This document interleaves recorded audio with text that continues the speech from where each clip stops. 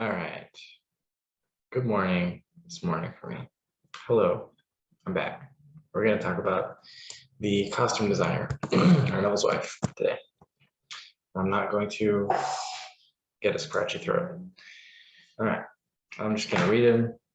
And actually, I'll see what pops up first. Oops. So it's a lot of exposition. Yeah, a lot of exposition. So I'll just summarize the exposition really quick after I pour my water. Okay, yeah, can't multitask that well. Okay, costume designer had trouble with a producer. She was convinced that he was a mean man to her. Okay, never mind, not that much exposition. All right, so keyword here. Upon hearing her story, explain that if she found the other route in fair is a sure sign that she herself was wanting. So right away, he starts it off with the fact. He doesn't say, "Oh, you have to feel the wish fulfilled." No, he sets the foundation of it starts with you. You yourself, she herself was wanting, and that it wasn't the producer, but her that needed a new attitude. So it's not. He establishes a few things. I don't even think I covered it here. Okay, no. But first, she herself. The focus was on she herself. Okay, I wish I could like draw on this. Maybe later. Okay, that's the thing. The first thing. The second thing is that it wasn't the producer, but she herself that needed a new attitude. So this kind of derived from it the fact the woman needed to change her attitude. It depended on that she herself was wanting or lacking in a state of lack. Okay, so that's foundation of the story here. And then divine attitude as, so yeah, I was confused on what new attitude meant. So attitude is a settled way of thinking or feeling about someone or something, typically one that is reflected in a person's behavior. So first is the cause, is the way of thinking or feeling about someone or something, and then it's reflected in someone's behavior. So you can tell someone's attitude by what they believe. Okay. So power of the law of assumption and its practical application could be only discovered through experience, and that by assuming the situation was already what she wanted, she could bring about the change desired. Okay, so that's another foundational fact. Foundational fact number 2 regarding, so she first was all about the person. That's number 1. 2, law of assumption can only be discovered through experience. Did he say that? Yeah, through experience. Okay. Okay, and then only after those 2 things, he says that by assuming the situation was already what you wanted, you could prove that you could bring about the change you want. Okay, so it's foundational facts. Like it starts with you, always you, doesn't depend on the outside, and the law of assumption can only be experienced through application. And then here's what to do because those facts, like it builds on those facts. Okay, so when you see, if I've said this before, if you see a tip or something, know what the foundational fact supporting it is. Because if it's like, for example, you aren't allowed to do anything, or you're supposed to do something in accordance with the wish fulfilled after you've assumed the feeling. Well, where does that come from? Where does that belief come from? Was it like one offhand sentence that Neville said that was taken out of context? Yeah, it was. I think so anyway, from my studies. But that's just one example. Okay, you gotta know the foundational facts of advice that you're given. Okay. Okay. So this next sentence here. Her employer was merely bearing witness, telling her by his behavior what her concept of him was. Okay. So it was a reflection. He's saying that the outer world or someone's actions were a reflection of the person's concept of that person. God, I hope that makes sense. Yeah. well, yeah, you know what? I'm gonna draw a few pictures. So, so here's person number one. Okay, person number one has a concept of not only self but the world. Okay, or of other person, other person. Okay, and so that is what is going to affect other people. All right, and just there's a lot of people over here. Okay.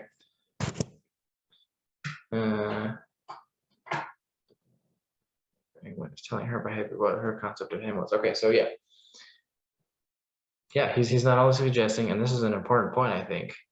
He's not only suggesting that concept of self is important, but also a concept of others, and that could be a tiny reflection of concept of self. For example,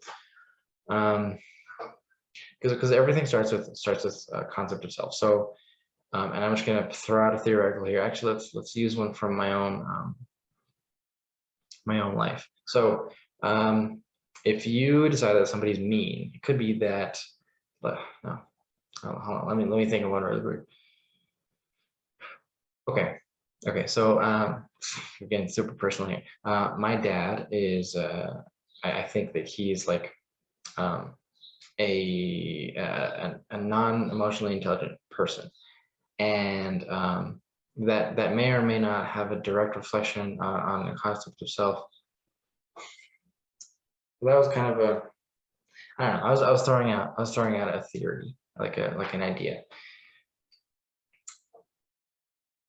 Well, no, okay. So because right. Okay.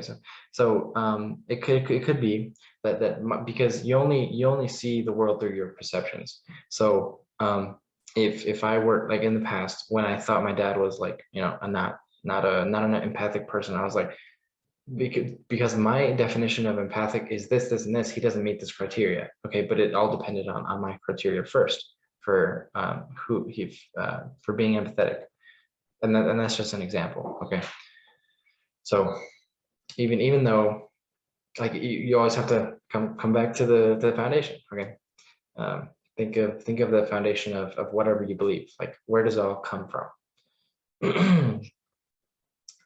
Okay.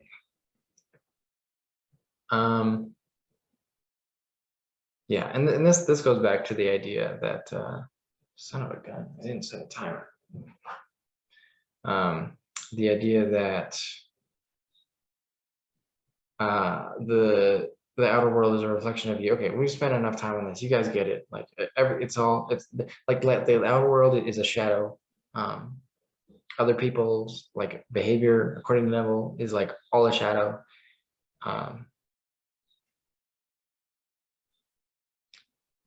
Yeah, so you have to always like remind yourself. I have to remind myself like someone's behavior is always a reflection of my own concept of self and what I believe about the world. But it starts with me because I can't think something that's not from me.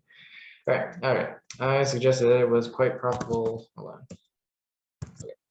I suggested it was quite probable that she was carrying conversations with him in her mind, which were filled with criticism and recriminations. There was no doubt that she was mentally arguing with the producer. For others, only echo that which we whispered to them in secret. Is that from somewhere? Okay. All right. That's not anywhere. I'm gonna park here for a little bit. The concept equals opinion, bearing witness. Yeah. Okay. So yeah, the bearing witness is a result of it's an effect of the cause, which was concept of self. Okay. This is a result. So whenever you see somebody, you know, acting in some way, it's a result of the law of assumption, according to Neville. Okay, further is only echo that which we would whisper them in secret. Yeah, this is like a small facet of everyone as you pushed out. It's just like a little tiny sliver of draw it out picture form. So there's like the main or yeah, there's the main like foundational stuff, and then and this is a tiny part of it. It's just like a little piece of the pie. Okay. That's not a pie, but I hope you guys get it. All right. Okay, what's the next thing that I wanted to cover? All right, probably the next one. Okay, I asked her if it was not true that she talked to him mentally, and if so, what those conversations were like. And then she confessed that every morning on the way to the theater, she talked to him in a way that she would never address him as in person. And then he says, the intensity and force of her mental arguments with him automatically established his behavior towards her. Okay, so it starts with that one person, even if you see the effects of someone. This in this case, it was pretty obvious. I mean, this is to me, it seems like a very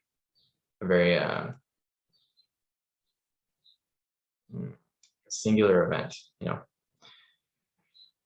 and not representative. You don't yell, you don't pretend that somebody's going to rob from you, and then so that makes them want to rob you. But I don't know what all the rules are as far as that, as far as what the external world's effect on you is from self-concept. Maybe that's not for humans to understand. I don't know. Okay, she began to realize, and so I want to go back to that idea actually, because for example, if you were to just think back on something bad that happened to you, you may not be able to pinpoint an action or a concept of self that directly related to it. There could be some forces outside of our human perception that determine what events happen and when. That's my theory. It's not Neville. That's my theory. And Neville may have said that later on. I don't know. But I'll go back to that idea soon, I'm sure. Okay, so she began to realize that all of us carry on mental conversations, but most of the time they're argumentative. You only have to observe the passerby. Few appear to be happy. So yeah, he's saying that few appear to be happy about their own mental conversations. Maybe you expect the worst. Maybe you like call yourself a realist or something like that. But that's not helpful to you.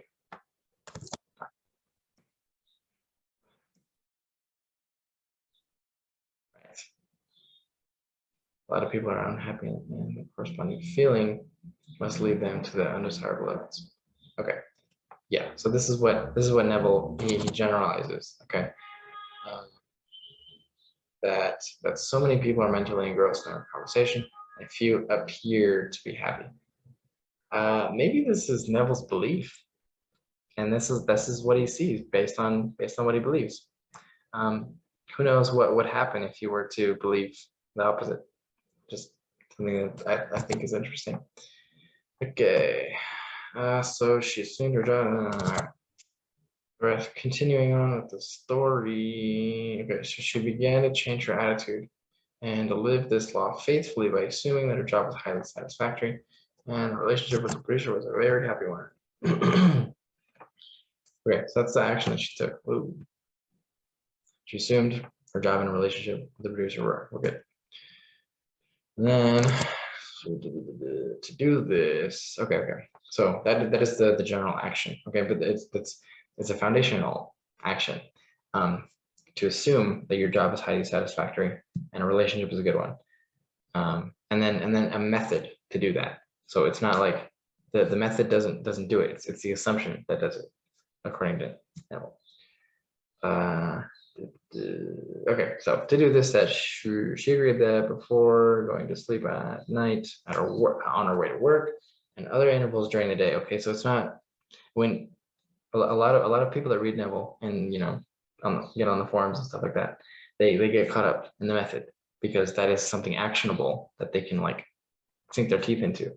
But that is not necessarily the fastest way or even the correct way to think about things like this, because it's the foundational principles, like the stuff that you can't measure and stuff that you can't do like easily, maybe control your assumptions or like discipline your way of thinking. That's harder to do than go to sleep imagining the feeling of the wish fulfilled. So I think, in my opinion, people get so caught up in the methods that they just forget about the foundational principles, and so they get caught up. They become like rules lawyers.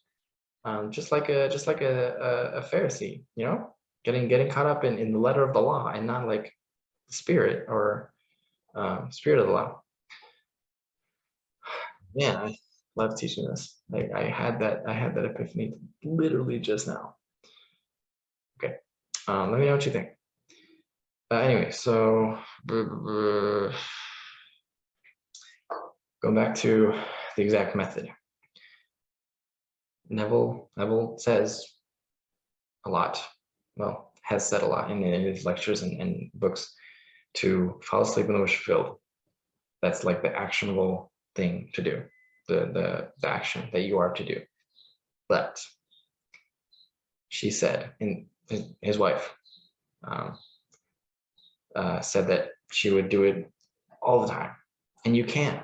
The method doesn't matter. What the goal is to assume that your job is highly satisfactory and your relationship with the producers is a happy one. The goal is the main goal. Don't forget. Don't lose sight. The main goal is to assume your life as you want it. You can, however you want to get there, get there. If you need to do self-hypnosis, if you need to, like, I don't know, whatever, what's it called? Like take drugs, you know, and elevate your state of consciousness to get in the state, whatever. Just like get to assuming that your life is how you want it, and you are the person that you want to be. That's it. However you want to do it. Okay, yeah, because she did it at all times during the day. Okay. Then she soon discovered that her own attitude was the cause of all that befell her. What are we at here? Okay, still gone. So the behavior of the employer changed, his attitude echoing that which she assumed, because she changed her assumptions, now reflected her changed concept of him. And she did that by a power of imagination. Her persistent assumption influenced his behavior and determined his attitude. Okay, so same thing. With the passport of desire, he's being flowery here. Passport of desire on the wings of a controlled imagination, travel to the future of our own predetermined experience. Thus we see it's not facts, but that which we create in our imagination shapes our lives. Most of the conflicts of the day are due to the want of a little imagination to cast the beam out of our own eye. All right. Yeah, let me stop here. Let's see. On this sentence, thus we see it's not facts, but imagination, but that which we create in our imagination, which shapes our lives. And then he says a generalization, which I want you to take with a grain of salt. I'm going to. It says, for most of the conflicts of the day are due to the want of a little imagination to cast the beam out of our own eye. So he's referencing the verse. If you okay, like take the beam out of your own eye before taking out the speck in somebody else's. And I think he's saying just to focus on concept of self first. Like how has reality reflected from your concept of self? It's just a little mental exercise to do so that you don't get caught up in the day-to-day and the external and what your senses tell you. I mean the idea that he's saying here, most of the conflicts of the day are due to a want of a little imagination. The idea is to, you know, how can you know what most conflicts of the day are typically? He can't. He's just saying that to show the idea that to fix concept of self, to focus on yourself, to fix your own problems, take the beam out of your own eye first, and do that with a little imagination. Okay, as the exact and literal minded who live in a fictitious world, send that to, you know, you're a realist friend. Okay, as this designer by your controlled imagination changes, start with change, so can we also do that, solve our problems. All right. Okay, by the intensity of her imagination, designer casts a kind of enchantment. Yeah, I want to stop on the word enchantment because I think that science cannot currently measure. I mean, it's trying. It's trying. There's organizations out there that try and measure the effects of consciousness.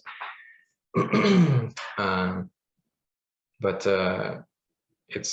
he uses enchantment because things like, you know, it's not discovered the mechanism of our consciousness and in our thought, of the effects of our thoughts on the world hasn't been like fully measured yet. So, you know, you call it magic. Okay.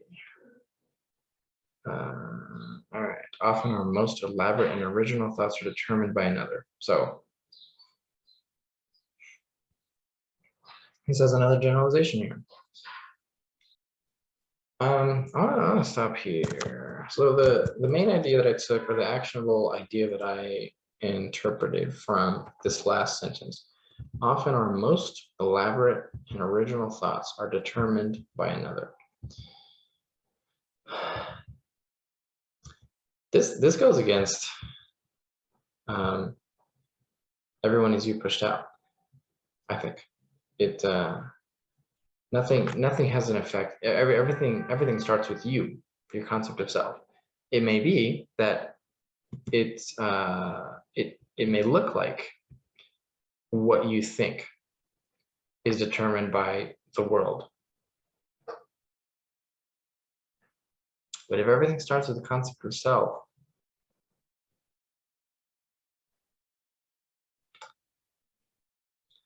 I mean, because you can choose your reactions.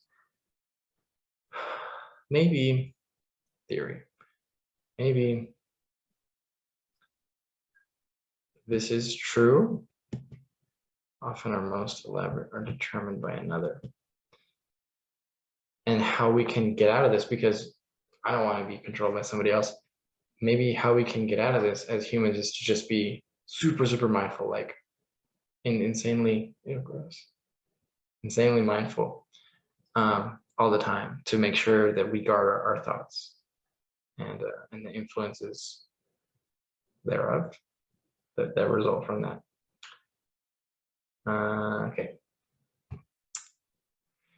Okay, and then he quotes some more poetry, and I'll put the link in the description.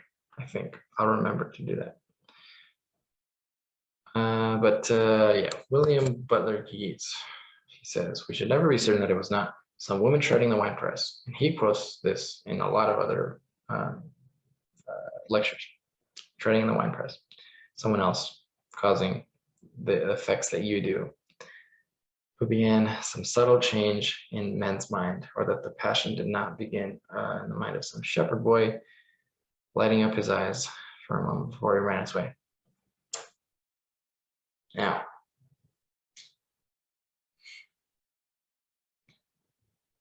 it's obvious that Neville did believe this first clause, because he quoted it several times. Like he showed, or he told about the story of him buying a suit and it not fitting him or something, and then him giving it to someone else. And I think he was just theorizing that that person wanted a coat, so that affected him to that made him buy the coat.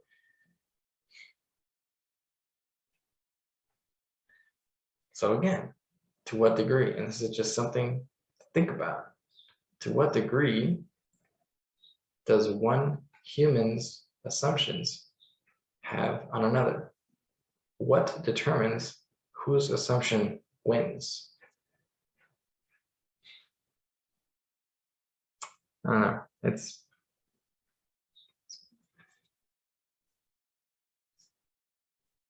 I don't know. I guess just do as much as you can, you know. Take care of what you can take care of. You can't monitor someone else's. You can't hope to predict someone else's assumptions on your life. You can only control yourself and be your own master. So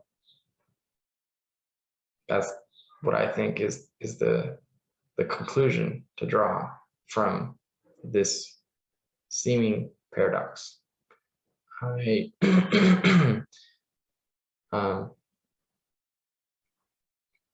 it could be that there's the greater self, the greater self of all of us that is in control, because we're not our identities. We're the awareness that is aware of us being us, of me being me and you being you. So maybe in that sense, everything starts with self, because yourself, your greater self, is connected to everybody. And yeah, I don't know. I'm stabbing in the dark, but I'll figure it out. Maybe I'll try, and then I'll tell you guys. Okay, we're done chapter 7. I'm gonna go over chapter 8 in the next video. Bye.